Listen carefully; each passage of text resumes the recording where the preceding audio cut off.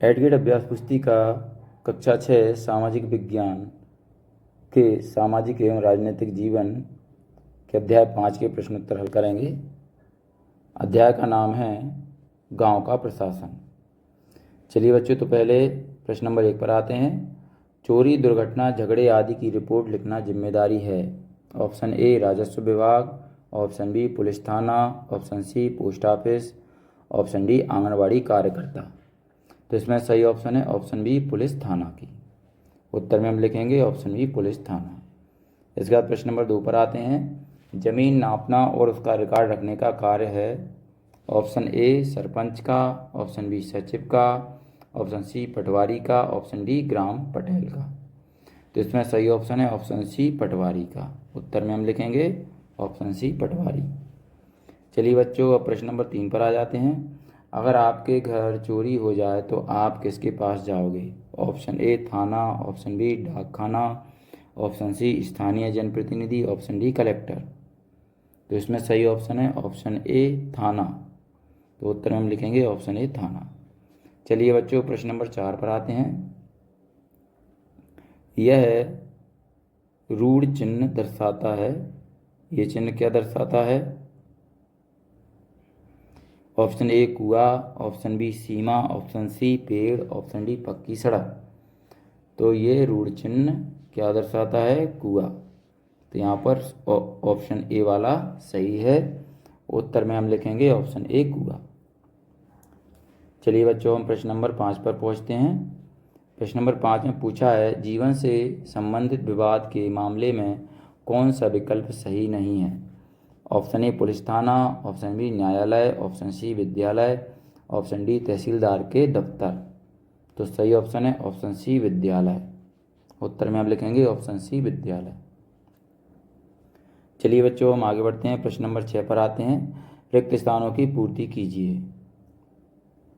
ए number पर दिया है, खेत नापने वाली लोहे की जंजीर, खाली स्थान में लिखेंगे जरीब कहलाती है। इसके बाद बी पर आते हैं। बैंक, पुलिस थाना, स्कूल आदि, खाली स्थान में लिखेंगे व्यावसायिक सेवाओं के उदाहरण हैं। चलिए सी नंबर पर आते हैं। राशन कार्ड, खाली स्थान में लिखेंगे जन मित्र केंद्र दफ्तर से बनाया जाता है। डी में लिखेंगे खाली स्थान लिखेंगे लेखपाल को लेखपाल के नाम से भी जाना जाता है। चलिए बच्चों, हम आगे बढ़ते हैं। प्रश्न नंबर 7 पर आते हैं। किस किसान के ताऊ गांव के सरपंच थे? तो उत्तर में लिखेंगे रघु किसान के ताऊ गांव के सरपंच थे। ये तू नहीं है, ताऊ है।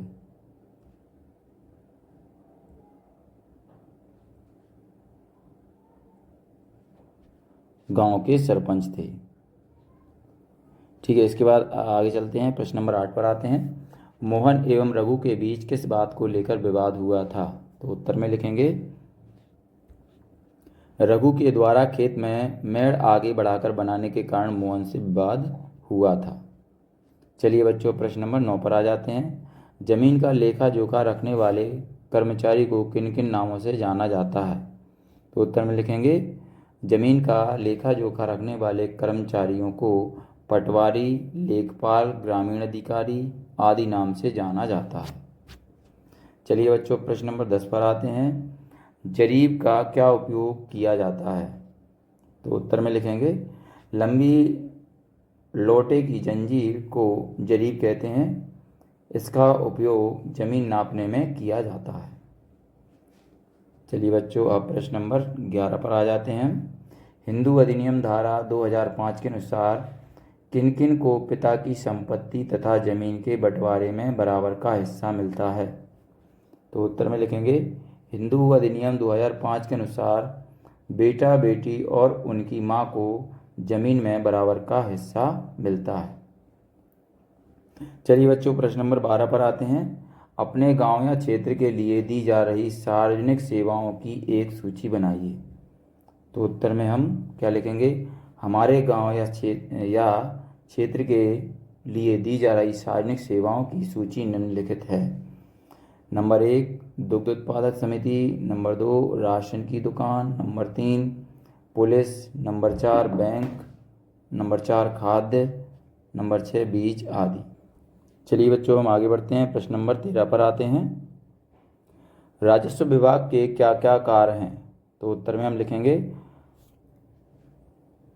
राजस्व एवं भूमि सुधार विभाग की भूमि प्रबंधन, भूमि सर्वेक्षण एवं बंदोबस्त, भूमि चकबंदी केंद्र तथा राज्य सरकार की विभिन्न योजनाओं के लिए भूमि अधिग्रहण तथा राष्ट्रीय महत्व की कृषि जनगणना का कार्य करता है।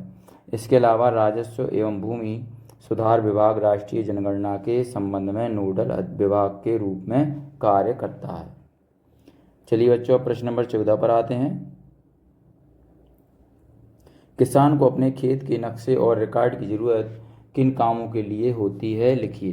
तो उत्तर में लिखेंगे जब किसान अपनी ज़मीन अपने बच्चों में बांटना चाहते हैं तो किसान को ज़मीन के रिकॉर्ड की आवश्यकता होती है ताकि वह बच्चों को उनके हिस्से की स्थिति तथा क्षेत्रफल की जानकारी उपलब्ध करा सके। चलिए बच्चों, प्रश्न नंबर 15 पर आ जाएंगे हम। तहसीलदार के कौन कौन से कार्य होते हैं? लिखिए। तो उत्तर में लिखेंगे उनका मुख्य कार्य राजस्व संग्रह, तहसीलदार और नायब तहसीलदार को अपने क्षेत्रों में बड़े पैमाने पर दौरा करना है। राजस्व रिकॉर्ड और फसल आंकड़े भी उनके द्वारा बनाए रखा जाता है। तहसीलदार और नायब तहसीलदार भूमि राजस्व और सरकार को देय अन्य बकाया राशि के संग्रह के लिए जिम्मेदार हैं। चलिए बच्चों, हम आगे बढ़ते हैं। प्रश्न नंबर 16 पर आते हैं। पाठ के आधार पर सरकार के 2 प्रशासनिक कार्यों के बारे में लिखिए। तो उत्तर में लिखेंगे 2 प्रशासनिक कार्य निम्न हैं। नंबर 1, कर निर्धारण और संग्रहण, कार्मिक सेवाएं, क्रय अभिलेख प्रबंधन सेवाएं, डाटा शामिल है। दूसरा है योजना और विकास कानून और व्यवस्था, अनुसूचित क्षेत्र में एजेंसी क्षेत्र, आम चुनाव, हथियार, लाइसेंस आदि के साथ सौदा करना। चलिए बच्चों, हम आगे बढ़ते हैं। तो यहाँ पर ये हमारा अध्याय 5 समाप्त हो चुका है।